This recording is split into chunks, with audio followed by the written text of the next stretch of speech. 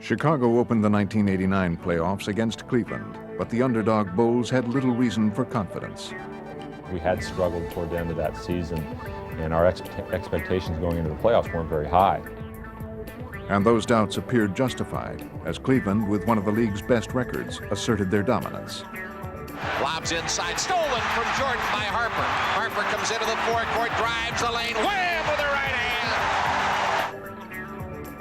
But the Cavs had one obstacle standing in their path: Michael Jordan. An obstacle that seemed to grow larger with every game, as Jordan was carving up the Cleveland defense.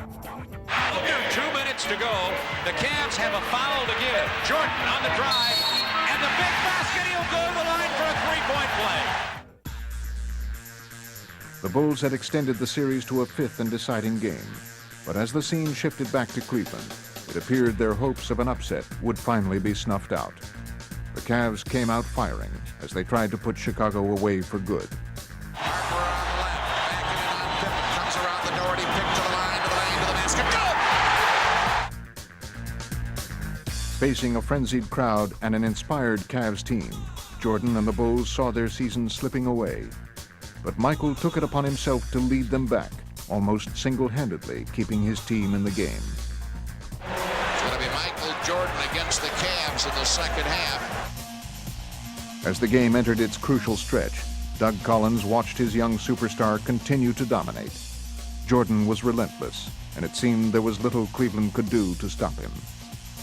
Jordan at the top of the key, to the line, throws it up, good off the glass. And Michael Jordan with 35, and Lenny Wilkins, Cavaliers, who have led most of the way, now trail. Jordan had given Chicago the lead and the momentum, but it was clear that the Cavaliers weren't about to fold.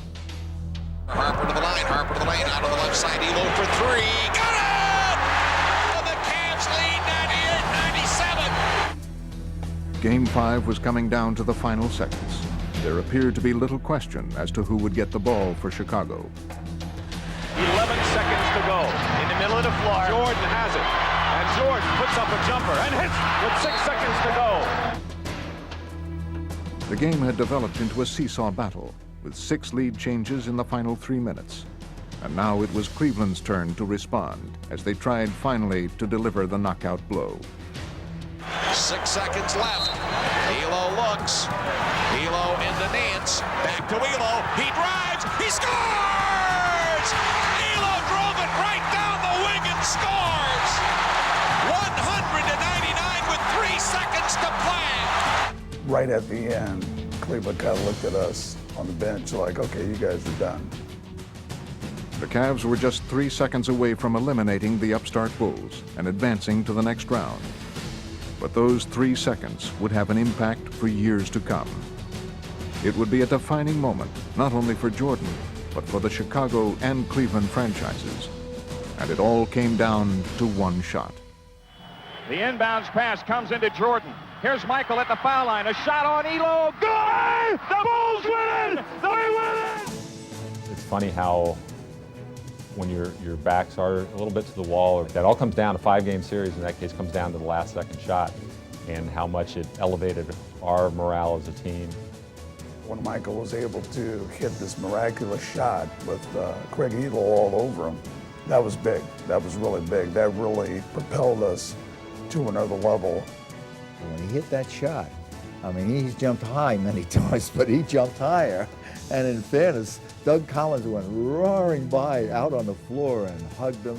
And I swear he put a dagger in the Cleveland franchise, not just in that team, but that team never could find a way to beat Michael Jordan.